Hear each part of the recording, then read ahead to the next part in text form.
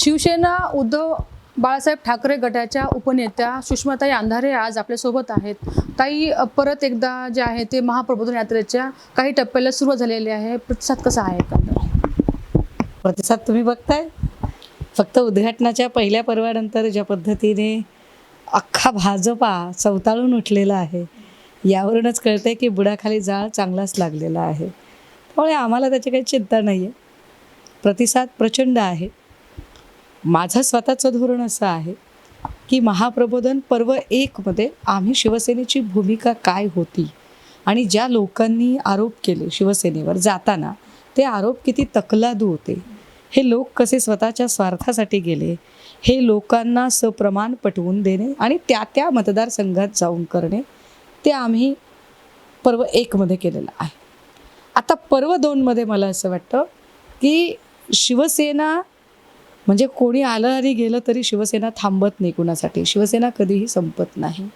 पण ही शिवसेना ज्या महाराष्ट्रातल्या मराठी माणसांच्या हितासाठी उभी केलेली आहे, त्या महाराष्ट्रातल्या मराठी माणसांचं हित नेमकं कशात आहे, ते प्रश्न घेऊन लोकाभिमुख प्रश्नांवर लोकांमध्ये जागर घडवणे, हा प्रबोधन पर्व 2चा आमचा हेतू आहे. आणि म्हणूनच आम्ही आपल्याला सांगितलं पाहिजे की महाप्रबोधन पर्व 1मध्ये आम्ही कंत्राटीचा विषय अगदी देवेंद्रजींच्या व्हिडिओ सकट लावला आणि 3 दिवसानंतर कंत्राटीवरचं वातावरण काय पद्धतीने सुरू झालं ते आपण बघितलं असेल.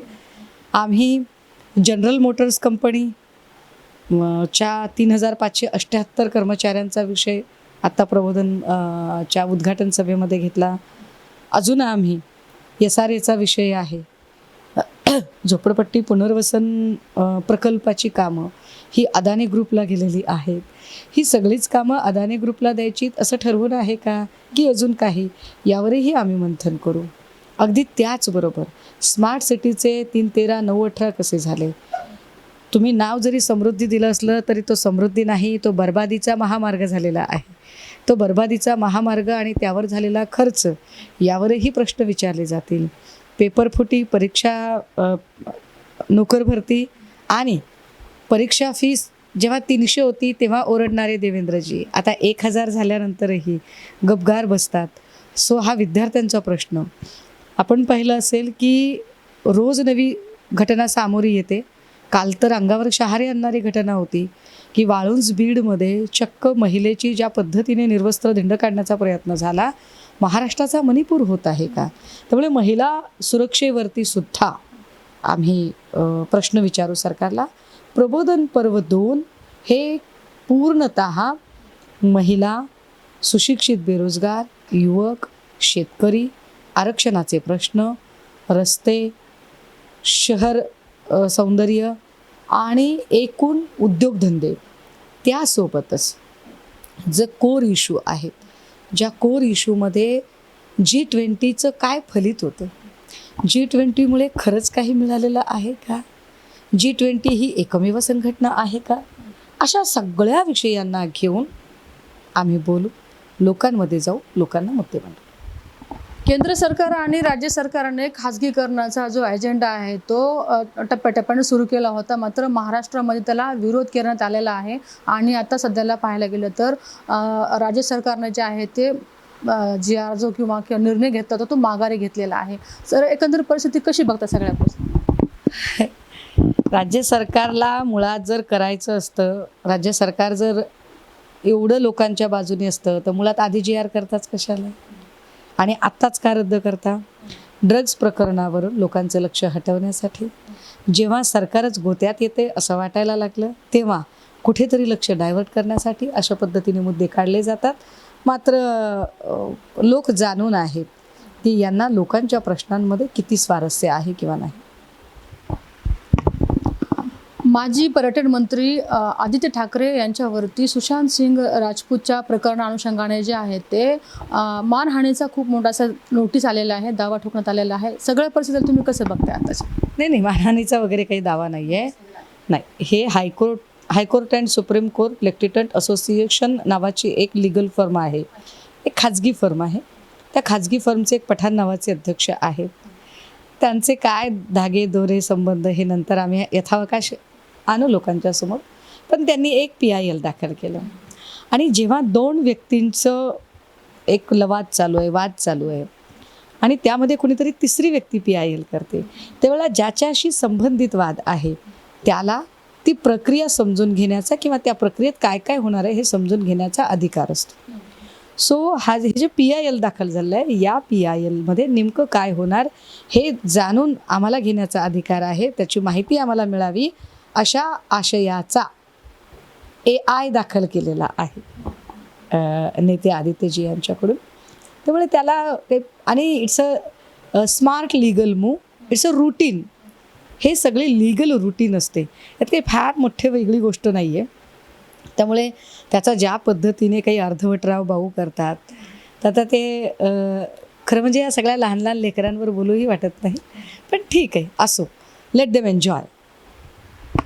पुरोगामी महाराष्ट्रामध्ये सध्याला पाहायला गेलं तर जागर स्त्री शक्तीचा हा सध्याला जो आहे तो आपण 9 दिवसाचा उपक्रम संबंध महाराष्ट्र आहे ते पाळत आलेला आहे. पण ह्याच महाराष्ट्रामध्ये थोड्या वेळापूर्वी तुम्ही बोलल्या त्या विषयावरती एक स्त्रीसोबत जे प्रकार घडतोय मणिपूरप्रमाणेच बीड जिल्ह्याचे आमदार जे आहेत सुरेश धस यांच्या पत्नी त्याच्यामध्ये इन्व्हॉल्व असल्याचं त्याकडे बोललं गेलेलं आहे. अॅट्रॉसिटीचा त्यांच्यावर गुन्हा दाखल झालेला आहे.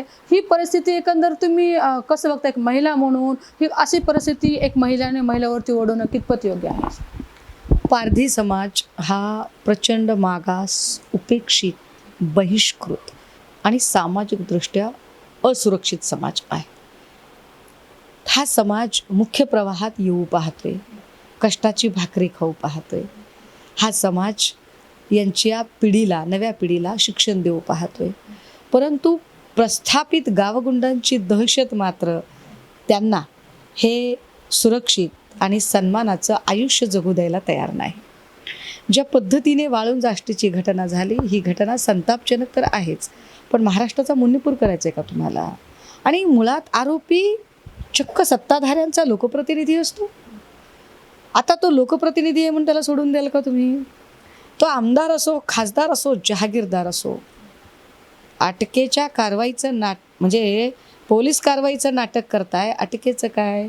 आत्तापर्यंत सरकारने एकाही प्रकरणात लोकप्रतिनिधींना अटक केलेली नाही. मी आपल्याला उदाहरणं सांगितली पाहिजेत. उदाहरणार्थ सदा सरवणकरांनी हवेत गोळीबार केला, अटक नाही. प्रकाश सुर्वेने हातपाय तोडायची भाषा केली, त्याच्या पोराने अपहरण नाट्य केलं, अटक दोघा बापलेकांना नाही. त्यानंतर संतोष बांगर रोज एकाला झोडपण्याची भाषा, मगरुरीची भाषा चालू असते, अटक एकदाही नाही. हेमंत पाटीलने एका आदिवासी समुदायाच्या डीनला शौच साफ करायला सांगितला, कारवाईचं नाटक झालं, अटक अजिबात नाही. किशोर पाटीलने जळगावमध्ये एका पत्रकाराला मारहाण करून होय मी मारहाण केली म्हटलं, अटक अजिबात नाही. गीता जैनने एका इंजिनियरला मारहाण केली, अटक अजिबात नाही. थोडक्यात काय, हे सगळे मुजोर झालेले आहेत. आणि अशा मुजोरांना पाठीशी घालणं, अभय देणं, त्यांच्यासाठीच सगळ्या सुरक्षा व्यवस्था वापरणं हा एकूण फंडा झालेला आहे. आणि अशा फंड्यांमध्ये आता प्रश्न असा निर्माण होतो की मग सरकार नावाची जी यंत्रणा आहे ती गोरगरिबांसाठी काय करते? हे सर्वसामान्यांचं सरकार आहे असं म्हणणारे जे सन्मान्य मुख्यमंत्री आहेत, जे म्हणत होते की आम्ही गतिमान सरकार, वेगवान महाराष्ट्र, तर तसं नाही आहे. गतिमान सरकार, वेगवान महाराष्ट्र नाही आहे. गतिमान गुन्हे, वेगवान मुजोर गुंड लोकप्रतिनिधी, असं सगळं चित्र आहे. आणि ते बदलावं अशी आमची अपेक्षा आहे. आणि ते बदलण्यासाठी जर इथली महिला असुरक्षा, महागाई, बेरोजगारी, गद्दारी या अनेक गोष्टींचा बिमोड करायचा असेल तर महाराष्ट्रात नवा आदित्योदय होण्याची गरज आहे.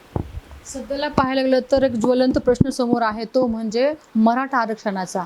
जरंगे पाटीलांनी दुसऱ्यांदा जे आहे सरकारला अल्टिमेट दिलेलं आहे, त्याचे टाईम आता 2 दिवसावरती येऊन पडलेला आहे. 24 तारखेला निर्णय होणार आहे असं बोललं जाते. नेमकं परिस्थिती काय होऊ शकते आणि खरंच सरकार मराठ्याला आरक्षण देऊ शकतात का? काय मत काय?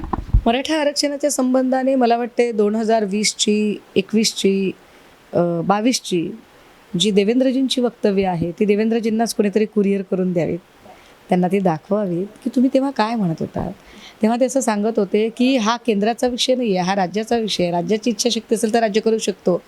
मग आता राज्यातही तुम्ही आहात, केंद्राकडे ढकलायचं असेल तर केंद्रातही तुम्ही आहात, दोन्हीकडे तुम्ही आहात आणि तुम्ही दिग्गज सोकॉल्ड चाणक्य आहात. आम्ही अभ्यास करू वगैरे. चाणक्याला काही नोट्स मिळाल्या नाहीत का? हे गाईड नोट्स अपेक्षित काय जे असतील ती उत्तरं मिळाली नाहीत बहुतेक, पण चाणक्य उत्तर काढू शकत नाही आहे. सो पण एक नक्की या सगळ्यांमध्ये एक अपेक्षा नक्की आहे की पुरोगामी महाराष्ट्राची वीण उसवता कामा नये. आम्ही पाहिलं मराठा आरक्षणाची जी सभा झाली तिकडे सगळा मुस्लिम समुदाय पाणी वाटप करत होता, सगळ्या गोष्टी देत होता. आत्ताही अनेक ठिकाणी मुस्लिम समुदायाने अगदी खूप सहर्ष स्वागत केलं. मराठा समुदायानेही कुठली हिचकिचाहट न ठेवता त्या सेवा स्वीकारल्या. एकूण काय काहीतरी चांगलं घडतं म्हणतात ते. भाजपाने कितीही हिंदू मुस्लिम दंगली लावायचा प्रयत्न केला तरी सुद्धा ह्या ज्या सगळ्या सभा मोर्चे होत आहेत आणि त्यातनं जे सामाजिक एकतेचं प्रदर्शन होते त्यातनं RSSची फोडा आणि राज्यकराची जी नीती आहे ती नामोहरम होते. एवढं मात्र नक्की. राहिला प्रश्न OBC भावंडांचा, आदिवासी भावंडांचा, मराठा भावंडांचा, तर या सगळ्यांच्यामध्ये नुरा कुस्ती लावण्याचं पाप देवेंद्रजींनी करू नये. काय तो तोडगा काढला पाहिजे. तर आपण पाहू शकता की सध्याला परिस्थिती जी आहे ते सर्व काही प्रशासन किंवा सरकार जे आहे ते मागं पुढं करायचा प्रयत्न करते आणि वेळ काढून घेण्याचा प्रयत्न करत असल्याच्या या ठिकाणी जी भावना ज्या आहेत ते सुषमा अंधारे यांनी व्यक्त केलेल्या आहेत. येणारा काळच दाखवून देणार आहे की नेमकं परिस्थिती कशी होणार आहे. कॅमेरा पर्सन संजीव रायसह सुकेश नाईकवाडे, टाइम्स नाऊ मराठी, बीड.